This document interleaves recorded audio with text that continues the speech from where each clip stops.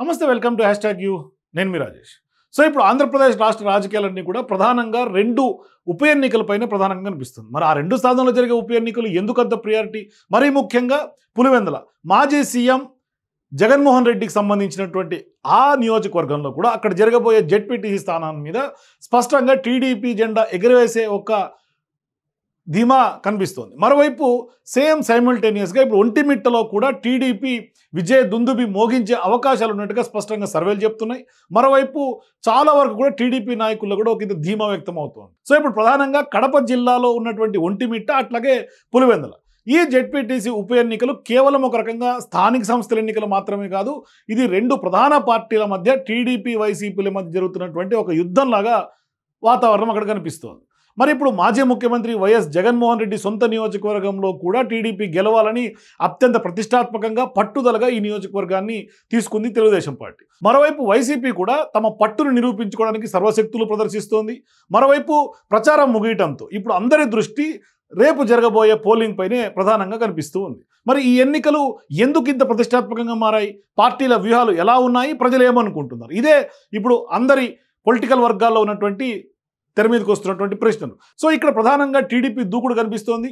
షేక్ మస్తాక్ హుసేన్ అట్లాగే బ్రహ్మం చౌదరి వీరిద్దరూ యువ నాయకులు కొంత టీడీపీని సక్సెస్ఫుల్గా గడప గడపకు చేర్చగలిగారు. ఒంటిమిట్టలో జెడ్పీటీసీ స్థానానికి ఉప ఎన్నికల్లో ప్రజాస్వామ్యాన్ని కాపాడాలని, ప్రజల అభిప్రాయానికి విలువ ఇవ్వాలని ఇప్పుడు టీడీపీ కృషి చేస్తున్నట్టుగా స్పష్టంగా కనిపిస్తోంది. ఎన్నికలు సజావుగా జరగాలని ఇంటింటికి వెళ్ళి ప్రచారం చేస్తూ ఓటర్ల సమస్యలు తెలుసుకుంటున్నారు వీళ్ళ టీడీపీ నాయకులందరూ కూడా. మరోవైపు ఒంటిమిట్టలో జరగబోయే ఈ ఎన్నిక పైన ఖచ్చితంగా విజయం తమదే అంటున్నారు షేక్ ముస్తాక్ హుసేన్ ఇన్ఛార్జీలు అట్లాగే బ్రహ్మం చౌదరి. అంటే ఇక్కడ ఓటర్లు చెప్తున్న విషయం కనుక ఒకసారి చూస్తే వైసీపీ ప్రభుత్వం ఉన్నప్పుడు పక్షపాతంగా వ్యవహరించి కొంత ప్రతిపక్ష అభ్యర్థులను సులభంగా పోటీ చేయనివ్వలేదు, బెదిరింపులకు పాల్పడేవాళ్ళు. మరోవైపు జెడ్పీటీసీ అభ్యర్థులను కూడా నిరోధించే పరిస్థితులు కూడా ఆనాడు ఏర్పడినటువంటి పరిస్థితులు ఉన్నాయి. మరి గతంలో ఇలాంటి అన్యాయాలు జరుగుతున్నాయంటూ కూడా ఈసారి మాత్రం అటువంటిది ఏమీ లేదు, మార్పు కావాలని వారందరూ కోరుకుంటున్నట్టుగా కొంత ప్రజల నుంచి ఓటర్ల నుంచి అందుతున్నటువంటి ఫీడ్బ్యాక్. మరి ఇప్పుడు ఖచ్చితంగా ప్రతి ఇంట్లో కూడా టీడీపీ అమలు చేస్తున్నటువంటి సంక్షేమ పథకాలను ఇవాళ ప్రజలందరూ గుర్తు చేసుకుంటున్నారు.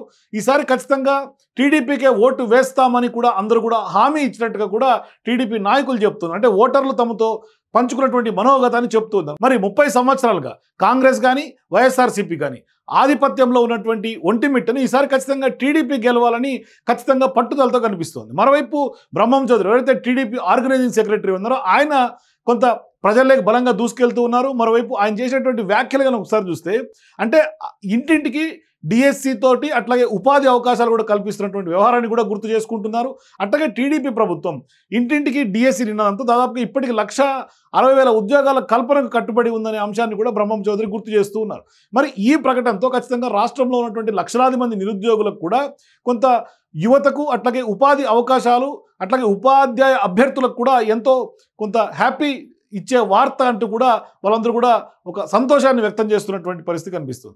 కేవలం ప్రభుత్వ ఉద్యోగాలపైనే కాకుండా ప్రైవేటు రంగంలో కూడా భారీగా ఉద్యోగ కల్పనకు టీడీపీ కృషి చేస్తున్నటువంటి ఒక విధానాన్ని కూడా ఈ నేపథ్యంలో టీడీపీ నాయకులు తెర మీద తీసుకొస్తున్నారు. అంటే ఒక రకంగా చెప్పాలంటే ప్రభుత్వ ప్రయత్నాలు ఉద్యోగ కల్పన దిశగా సఫలీకృతం అవుతున్నాయి. అంటే నూతన పరిశ్రమల స్థాపన విషయం తీసుకున్నా, పెట్టుబడులను ఆకర్షించడం విషయం తీసుకున్నా, దాని ద్వారా ఖచ్చితంగా నిరుద్యోగ యువతకు ఉపాధి అవకాశాలు కూడా పెరుగుతున్నాయి అనే అంశాన్ని కూడా టీడీపీ నాయకులు సక్సెస్ఫుల్గా ప్రజల్లోకి బలంగా తీసుకెళ్లగలిగారు. దీంతో ఇప్పుడు నిరుద్యోగ యువతలో కూడా ఒకంత ఆనందం వ్యక్తం అవుతుంది అనే అంశం కూడా తెల్లమవుతోంది. మరి ఇప్పుడు ప్రభుత్వ పాలన అట్లాగే వైఎస్ఆర్సీపీ పైన కూడా కొన్ని విమర్శలు చేస్తున్నటువంటి పరిస్థితి కూడా ప్రజల్లో బలంగా ఉంది. అంటే ప్రస్తుత ప్రభుత్వం ఖచ్చితంగా అభివృద్ధి అట్లాగే సంక్షేమ కార్యక్రమాలతో ముందుకు దూసుకెళ్తూ చరిత్ర సృష్టిస్తోంది అనేది బ్రహ్మం చౌదరి యొక్క ఒపీనియన్. అయితే గత 5 ఏళ్లుగా వైసీపీ నాయకులు అధికారంలో ఉన్న సమయంలో కూడా చేసేటువంటి అవినీతి తీవ్ర స్థాయిలో విమర్శలు ఎదుర్కొంటున్నటువంటి నేపథ్యం మనం చూస్తున్నాం. అంటే వైఎస్ఆర్సీపీ నాయకులు అవినీతిని ఆధారాలతో సహా ఇప్పటికే ఈడీ కానీ సిబిఐ కానీ ఏసీబీ వంటి కొంత సంస్థలన్నీ కూడా బయట పెడుతున్నటువంటి నేపథ్యంలో కొంత ప్రధానంగా ప్రజల్లో విశ్వసనీయత కోల్పోతున్నటువంటి వ్యవహారాన్ని కూడా బ్రహ్మం చౌదరి ఈ సందర్భంగా గుర్తు చేస్తూ ఉన్నారు. మరి ఈ సంస్థల విచారణల ద్వారా ఖచ్చితంగా ప్రజలకు నిజానిజాలు తెలుస్తున్నాయి అంటూ కూడా వైసీపీ పాలనలో జరిగినటువంటి అనేక అక్రమాలు వెలుగులోకి వస్తున్నాయి అనేది ఆయన యొక్క అభిప్రాయం. సో ఇప్పుడు ఖచ్చితంగా అక్కడ ఒంటిమిట్టలో జరగబోయే ఉప ఎన్నిక కనుక ఒకసారి ఆ వ్యవహారం చూస్తే ప్రధానంగా టీడీపీ నుంచి అద్దలూరు ముద్దుకృష్ణారెడ్డి, వైఎస్ఆర్సీపీ నుంచి ఇరగంరెడ్డి సుబ్బారెడ్డి వీరు ఇరువురు కూడా పోటీ చేస్తూ ఉన్నారు. మరి ఈ స్థానంలో మొత్తం 13 పంచాయతీలు ఉన్నాయి. ఇక్కడ 11 మంది అభ్యర్థులు కూడా బరిలో ఉన్నప్పటికీ ప్రధాన పోటీ అయితే మాత్రం టీడీపీ వైఎస్ఆర్సీపీ మధ్య ప్రధాన పోటీ కనిపిస్తూ ఉంది.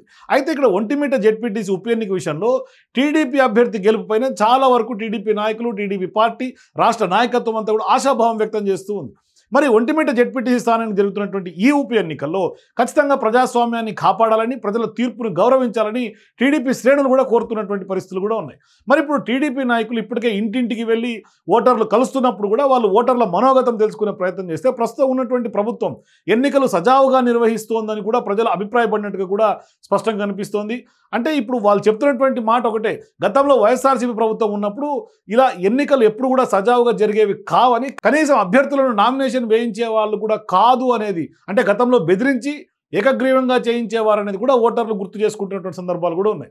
మరి ఈ నేపథ్యంలో ఇప్పుడు టీడీపీ నాయకులు అత్యంత విశ్వాసంగా ధీమా వ్యక్తం చేస్తున్నారు. ప్రతి ఇంట్లో కూడా టీడీపీ సంక్షేమ పథకాలు అందుతున్నాయని, దీంతో ప్రజలందరూ కూడా చాలా సంతృప్తికరంగా ఇప్పుడున్నటువంటి ప్రభుత్వం మీద ఉంది అనేది టీడీపీ యొక్క భావన.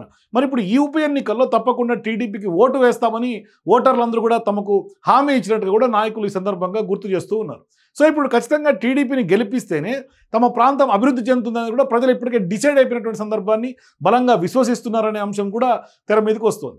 మరొక వైపు ప్రధానంగా ఇప్పుడు 30 సంవత్సరాలుగా వెనుకబడినటువంటి ప్రాంతంగా ఒంటిమిట్ట ఉంది. అంటే వాళ్ళు ఉన్నటువంటి ప్రాంతం ఇప్పుడు చంద్రబాబు అధికారంలోకి వచ్చిన తర్వాత కొంత ప్రధానంగా అభివృద్ధి చెందుతుందనేది కూడా ప్రజల యొక్క నమ్మకం. సో ఇప్పుడు ఖచ్చితంగా నమ్మకానికి కేర్ ఆఫ్ అడ్రస్గా టీడీపీ, చంద్రబాబు ఉంటారు కాబట్టి ఖచ్చితంగా ఆధ్యాత్మిక కేంద్రంగా విరాజిల్లినటువంటి ఒంటిమిట్ట కూడా అభివృద్ధి దిశగా నోచుకోవాలన్నా, సీతారాముల కాలం జరిగే ఒంటిమిట్ట లాంటి ప్రాంతాన్ని కూడా రాష్ట్రంలోనే అతిపెద్ద ఆధ్యాత్మిక కేంద్రంగా తీర్చిదిద్దాలంటే కూడా అభివృద్ధి సాధ్యమయ్యేది కేవలం చంద్రబాబు వల్లే. ఆయన హామీ ఇచ్చారు కాబట్టి ఇప్పటికే స్పష్టంగా ఆ హామీ ప్రజల్లో మరింత విశ్వాసం వ్యక్తం చేస్తున్నటువంటి నేపథ్యంలో ఖచ్చితంగా ఇప్పుడు టీడీపీ నాయకులు చెప్తున్న ధీమా ప్రకారం చూస్తే ఖచ్చితంగా అక్కడ టీడీపీ జెండా రెప్రేపులాడటం ఖాయంగా కనిపిస్తుంది. మరోవైపు ఎమ్మెల్యే అమర్నాథ్ రెడ్డి కానీ, కడప మేయర్ సురేష్ బాబు, గోవింద్ రెడ్డి, ఇట్లా అన్నమయ్య జిల్లాకు చెందినటువంటి వైఎస్ఆర్సీపీ నాయకులు అంటే టీడీపీ నుంచి కానీ, వైఎస్ఆర్సీపీ నాయకుల నుంచి కానీ రెండు పార్టీల మధ్య ప్రచారం అయితే హోరాహోరీగా సాగింది. మరి మంత్రులు రాంప్రసాద్ రెడ్డి, బీసీ జనార్దన్ రెడ్డి, ఎన్ఎండి,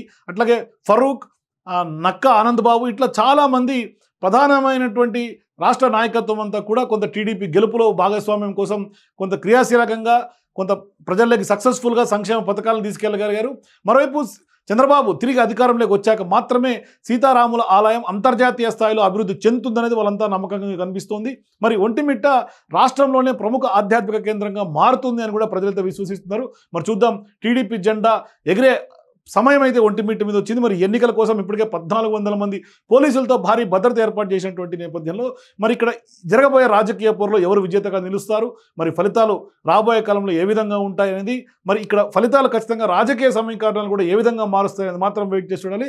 మొత్తం మీద టీడీపీ అయితే మాత్రం అత్యంత ధీమాగా టీడీపీ జెండా రెప్రేపులాడుతున్న నమ్మకం అయితే ఒంటిమిట్ట పైన అయితే చూపిస్తోంది. మరోవైపు యువ నాయకులు ఇప్పటికే బ్రహ్మం చౌదరి, అక్కడ షేక్ మస్తాక్ హుస్సేన్ వీళ్ళిద్దరు కూడా కొంత వ్యూహాత్మకంగా ప్రజల్ని కలవటం, ఇంటింటికి వెళ్ళటం, ఇదంతా చూస్తుంటే ఖచ్చితంగా టీడీపీ గెలుపు అవకాశాలే ఉన్నట్టుగా కనిపిస్తూ ఉంది. చూద్దాం ఏం జరగబోతుందో. For more videos please watch #.